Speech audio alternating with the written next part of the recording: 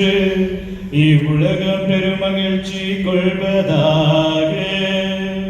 முடிவில்லா மன்னரது பெயரினால் உலகெங்கும் துளங்கி தன்னை சூழ்ந்து இருள் அனைத்தும் ஒளிந்ததென உணர்வதாக. இப்பெரும் சுடர்களால் அழகு பெற்று அன்னையாம் திரு அவையும் களி கூர்வதாக.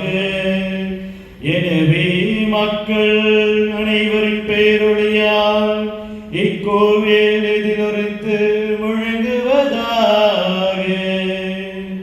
எனவே திருவிளக்கின் வியத்தகு ஒளியை சூழ்ந்து நிற்கும் அன்புமிக்க சகோதர சகோதரிகளே, உங்களை வேண்டுகின்றேன். என்னுடன் சேர்ந்து எல்லாம் வல்ல இறைவனின் இரக்கத்தை இறைஞ்சுகிறார்.